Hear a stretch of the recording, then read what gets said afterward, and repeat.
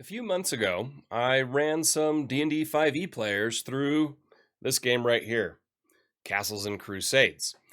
Now, it is a old school inspired, very AD&D 1e and 2e inspired game, but with some cool design mechanics that are a little bit more modern, but it is very, very old school. Well, I took these 5e players and we went through a combat scenario. And well, let's just put it this way: nobody died, none of them. I mean, they ended up defeating the enemy, but it came at a massive cost. And the fact that the party of five, only one was left standing at the end.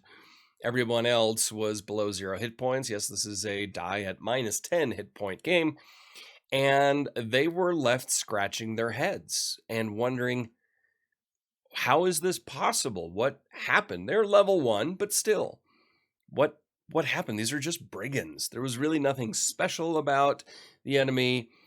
Why did we fail so miserably? Well, in today's video, I'm going to talk about combat in old school D&D. Hello all, I am Game Master Matt and welcome back to the channel. So, what we're going to talk about today are the differences in old school D&D combat versus modern D&D combat, specifically D&D 5e, or but really anything post 3rd edition. This also includes Pathfinder, 1st and 2nd edition. You look at games like 13th Age, anything 3rd edition and newer compared to old school D&D combat. Now, there is a statement out there that gets repeated many, many times. Old school D&D combat is like war, not like sport. And some people go, I don't understand. What does that mean? And that is, we did let's call it a bit of an autopsy on that session with those players. And I explained that and I said, listen, look at combat like war, not like sport. In sports, we have a more or less level playing field. Yes, you have better players or better teams and worse teams, but they all play by the same rules. There are always going to be the same amount of players on a field, court, or ring at a given time on both sides, same overall positions, and so on. So there is a set there as far as the rules go that make it balanced. And then you just have individual tactical decisions to make to try to gain an advantage. That is combat as sport. Now, warfare is completely different. Warfare, you could have a Sparta type situation of 300 versus, a million, and you kind of got to make it work. Warfare, it's not fair. It's not balanced. People cheat. They use nasty tactics to try to get an edge in a combat scenario, in a battle. And that is old school D&D. It's not balanced. It's not a level playing field. The DM's job is not to make sure that everyone has the exact same amount of enemies with the right amount of hit points and abilities. There's no math formula you really follow to build it. And so you just can't have balanced encounters really in that way. So in this scenario, let me just describe it a little bit. The group came upon a ruined abbey. They knew brigands were in there. I mean, they fought them on the road just a few hours ago, and they tracked them back to this ruined abbey. There was a single tower. There was a broken down wall on one side and a gate that had newly been fixed on the other. Well, they already decided, hey, we're not going to go straight to the gate. We're going to go around and we're going to approach through that opening in the wall. And again, I said, yeah, okay, don't forget, there's a tower. I mentioned the tower 3 times. They acknowledged it and moved on. Now, this group is also a little, let's call it squishier. You have a halfling monk, you have a human cleric, you have an elven wizard, you have a gnome bard, and bards, at least in Castles and Crusades, are a little bit more warrior-like, a little more rogue rangery than in D&D 5e bards. And what else do we have? We had a rogue as well. So they decided, hey, we're going to sneak through that opening, go across the courtyard. I explained what the courtyard looked like. There was an old well there, a tree, and a couple of doors they could pick from. They looked at the biggest door near the main gate of the abbey, and they went, that's where we're going to go. Somebody positioned themselves already at the gate to kind of look. And so the monk and the rogue decided to try to sneak across the courtyard. And when they were sneaking across the courtyard, I had them make basically move silently checks. Now, that is a skill for the rogue, it is not a skill for the monk. Now, the monk, being halfling, has that as a racial attribute, so, it gives a little bit of bonuses. Be that as it may, they both kind of failed. I didn't tell them that they failed, but they did. And at the same time, there was a mechanic that was brought in. It was a published module, not official. It's not TSR or Trollord Games or anybody. It's from Joe Block, who's the Greyhawk Grognard, and took that. And there was a 50% chance that the lookout in the tower with a crossbow would see them. And every round that they moved, I rolled a percentile until it came up below 50%. And boom, they got spotted. And sure enough, loosed a crossbow, hit one of them. The other one, the monk made it to the main room, the main hall, opened it up, and there were 8 bandits in there. And then all hell broke loose. And of course, you still had the guy in the tower trying to pick them off with his crossbow. Sometimes made it, sometimes did. At the end of the day, they defeated the bandits. The bandit leader got away, who they eventually caught up with. But that took a while.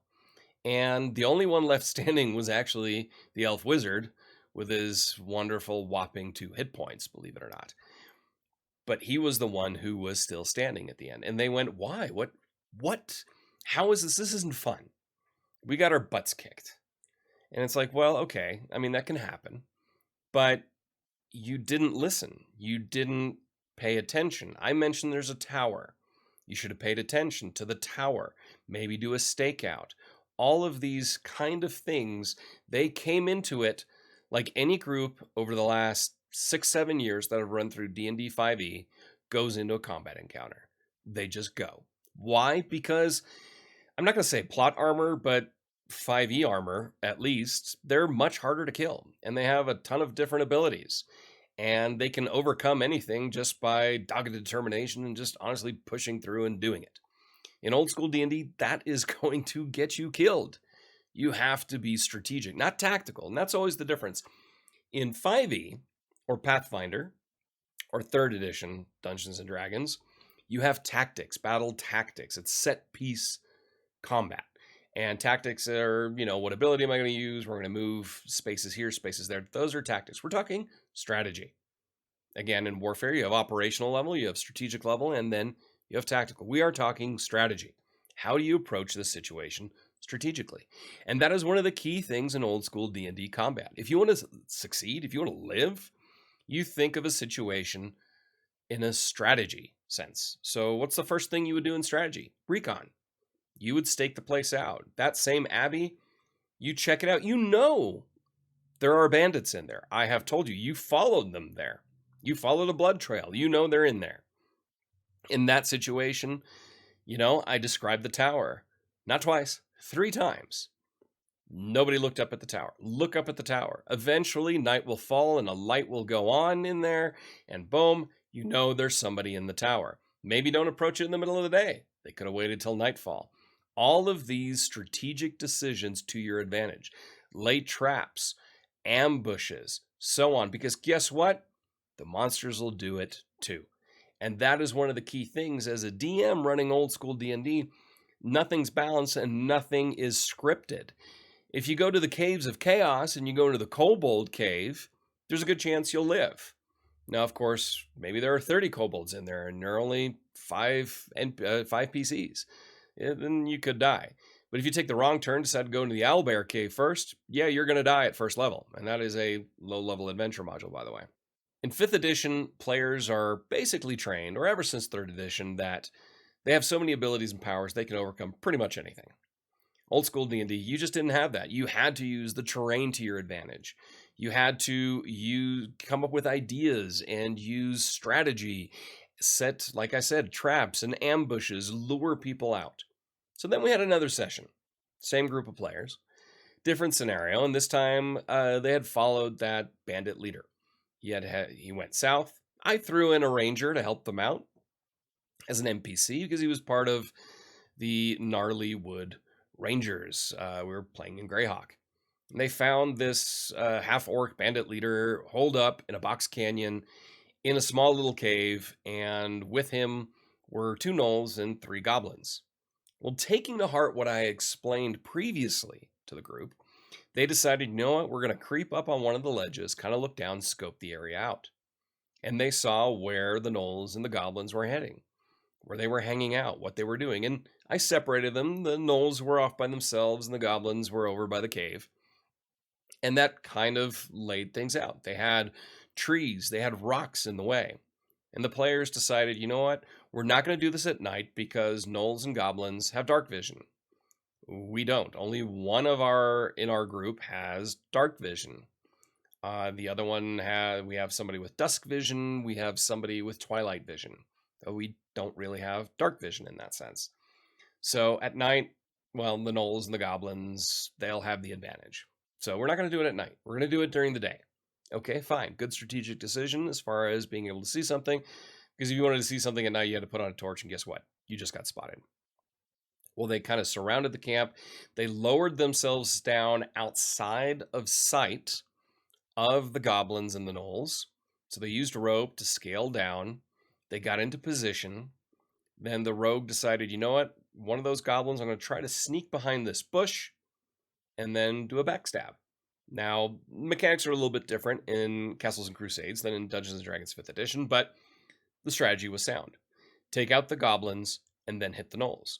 And the wizard and the ranger decided to stay up on the ledge, waiting for the gnolls to show themselves. The moment the gnolls showed up, well, magic missile and longbow fire hit them and weakened them before they got to the melee combatants, none of whom are fighters or paladins or knights or anything like that.